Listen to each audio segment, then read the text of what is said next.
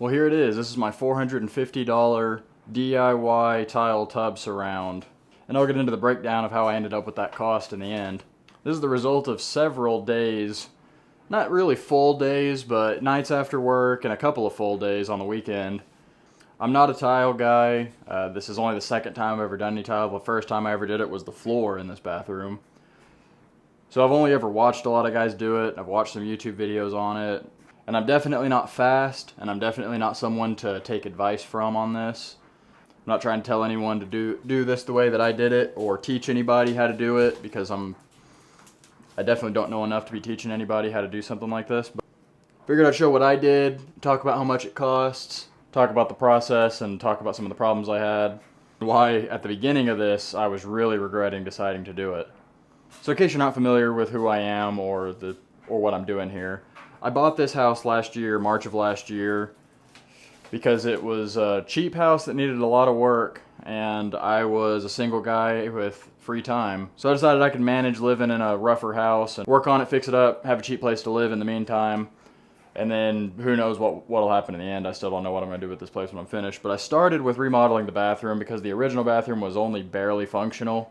So I won't get into that too much, but that's some of the context with to foreshadow some of the problems that I had.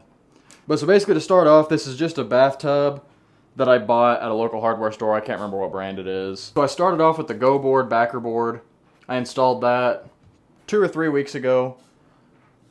Got this all closed up. I wasn't exactly sure at the time how far out I was going to bring the tile. So the Go board extends a couple of inches beyond the tile. And I actually wrapped it all the way around this corner because I considered wrapping this all in tile, but I decided against that. So I did the Go board, I sealed it up with the Go board sealant, and I used the Go board washers on the ceiling. I read their installation instructions. They recommended for ceiling mounted tile that you use their big washers to hold that on there. That stuff's pretty easy to work with. It's a little fiberglassy. I assume there's fiberglass in it because it makes your skin itch and sting like fiberglass. But it's easy to cut with a utility knife and a straight edge, and that installation was actually pretty easy. The tile, so one of the reasons why the overall cost of this project is so low is because I bought this tile at a local building surplus store for 90-something cents a square foot. It took 10 boxes. He sold them to me at $5.30 something a box. $5. It was $5 and some change a box, and it took 10 boxes to do this. So the overall cost on the tile was only like 54 bucks or 53 bucks. I'll put it up if I'm saying that wrong.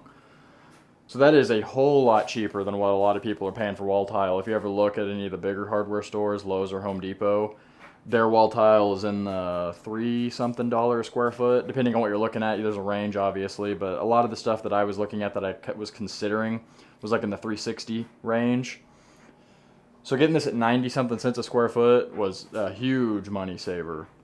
And it really is pretty much the design I was going for. I was just looking for something kind of darker. I'm trying to keep this bathroom as a more darker, it's like a darker tone overall. I'm using black hardware on everything. I've got a black vanity with a white top. I've got darker tile. I'm going to paint the walls dark. So I'm trying to, I don't have a window in here. I'm just not a fan of lighter bathrooms, so I wanted to find a darker tile, and this is pretty much what I had in mind. I didn't want to use tile this small, but for the cost, I compromised on that, which I love the way it looks in the end.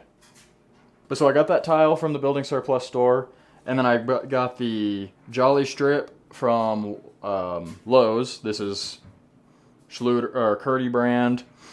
Very expensive for this stuff, for what it is, considering what it is. This stuff's 26, I think I paid $27 a stick. I took 3 sticks.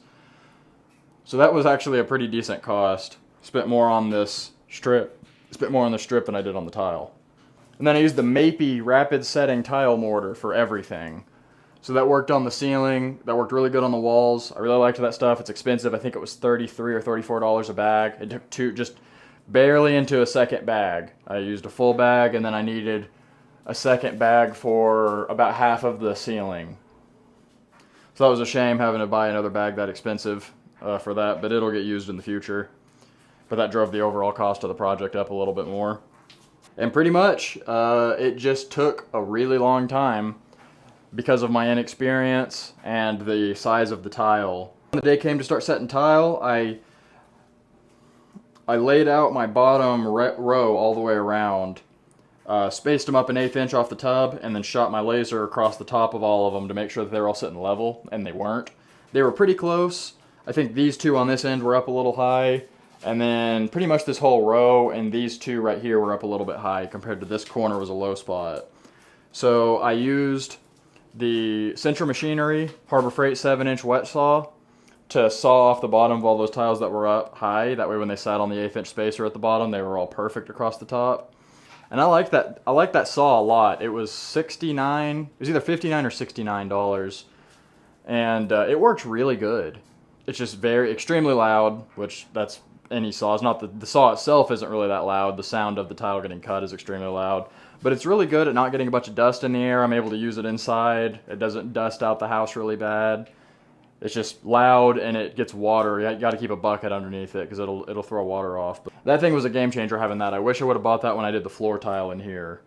So to cut the tile, I used a combination of that wet saw and this anvil sliding and this scoring and this sliding scoring cutter.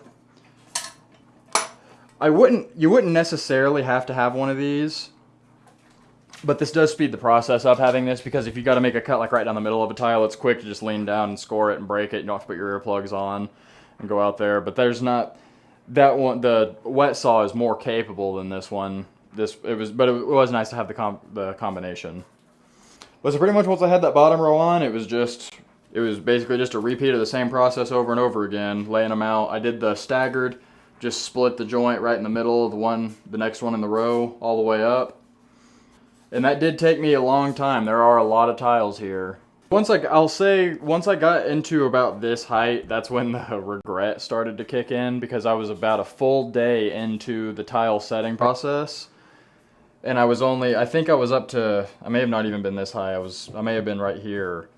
And I stood back and it looked like I barely had anything. That was when I really started wondering if this was worth how much time this was going to take me. But I came back the next day, switched up my technique. Instead of trying to do all the way around every row, I just focused on this back wall. I figured that's the most square footage that I could get done at one time, and I just got this whole wall done in one afternoon after work. And that gave me some motivation, seeing all that come up. And then I got this wall done and this wall done in the same day. And then the ceiling actually wasn't as bad as I thought that it was going to be.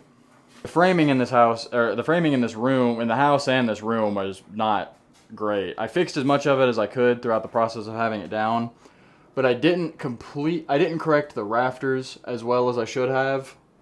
So this ceiling has a little slope to it from this side to this side because that rafter was up higher than this one. I had that problem in this wall and I fixed all that, but I didn't never notice that the rafters were that far out until it was too late to correct it. So it's not that noticeable, but there is a slope to this roof ceiling piece. You can see along this line it tapers and the tiles get a little bit bigger as they come this way. It's, like I said, it's not that noticeable. Most people probably wouldn't notice it besides me.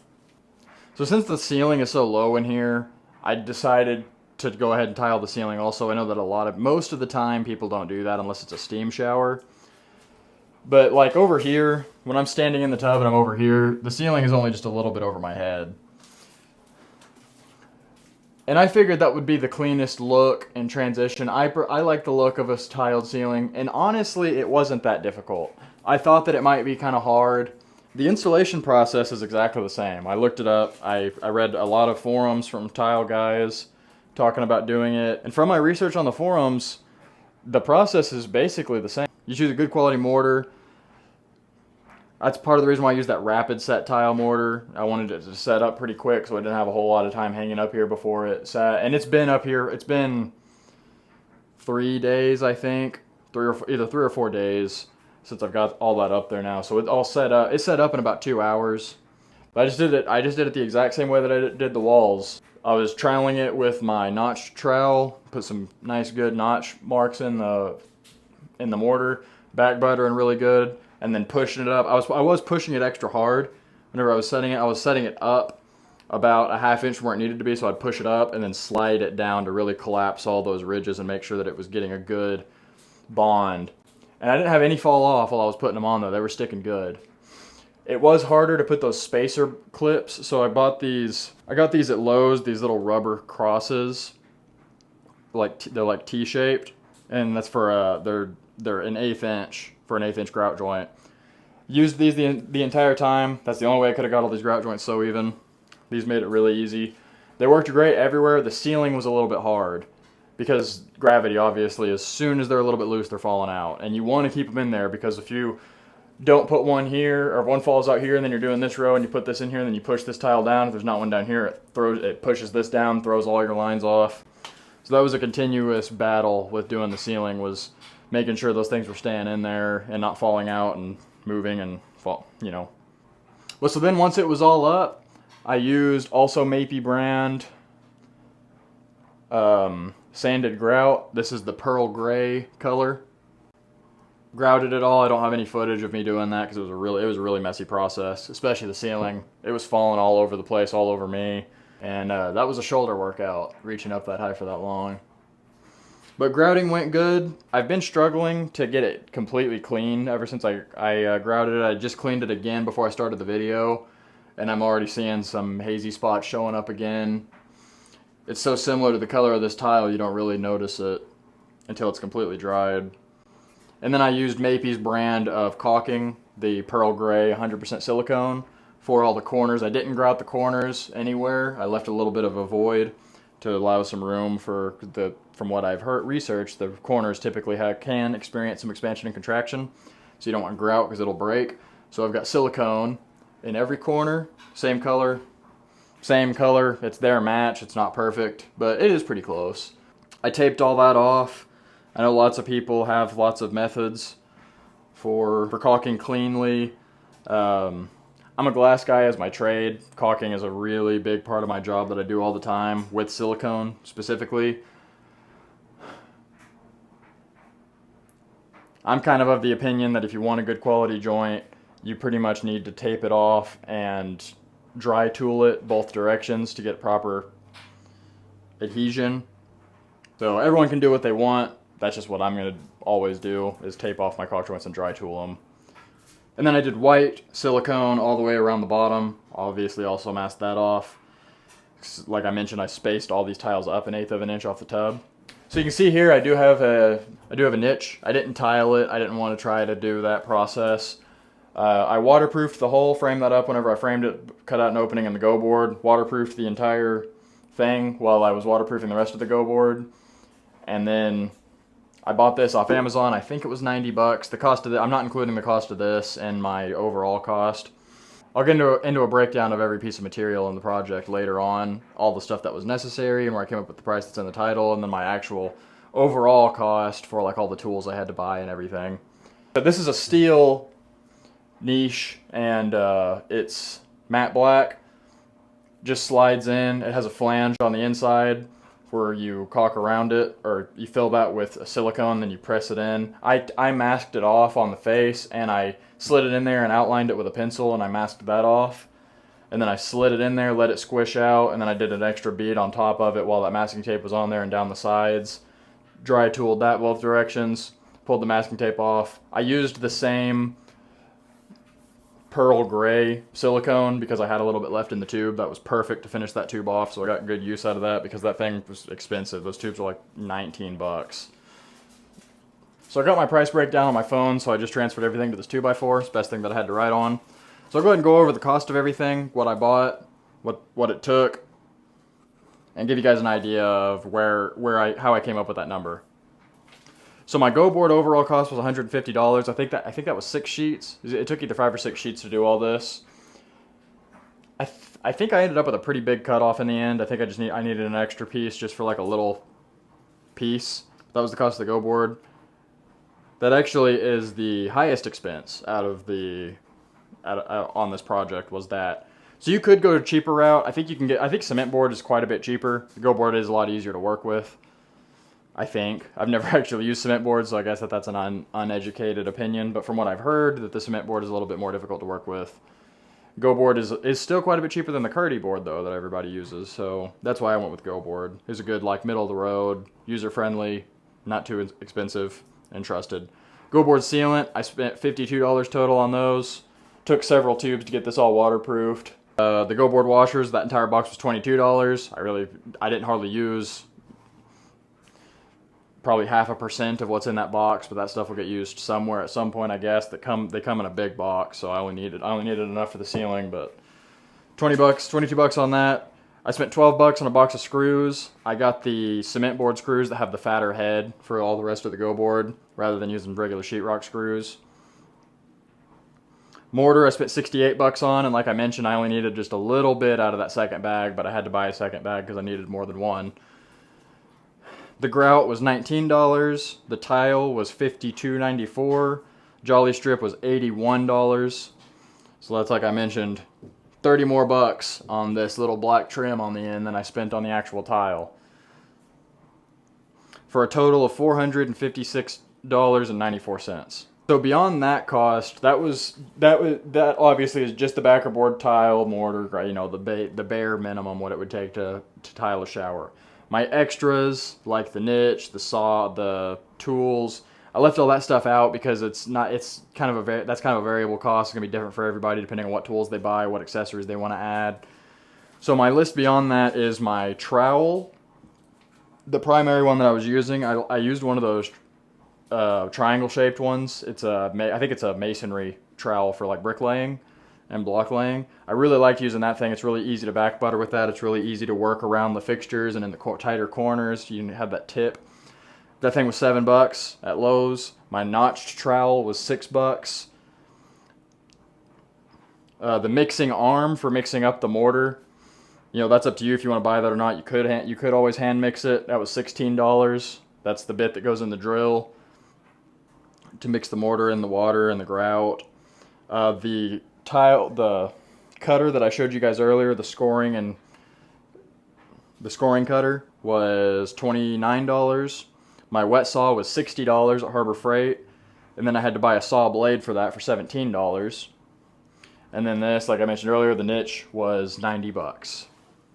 So for all those tools, that adds up to a total of $225, which is not really necessarily fair to put that price in with the cost of this, because a lot of that stuff I already had. I already had the trowels and the cutter from the previous tile project. If you want to say that you're someone that you don't have anything and you want to do a project like this to get everything you would need, not including a drill to work with that mixing arm, the total would be $681.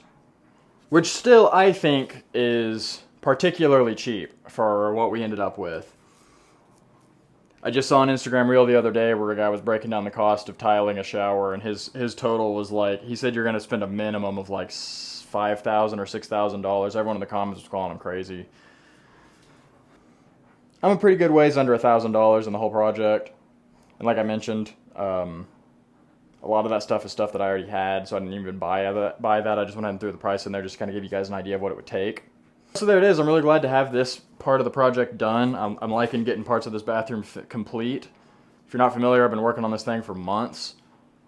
And I should say, if you are new here, you should check out some of the other stuff, see the kind of videos that I make. I'm going to be continuing to make videos on this property for years to come, probably, because there's a lot to do out here. I'm just working my way through one room at a time. Hope you guys found this interesting. As always, thank you guys so much for watching.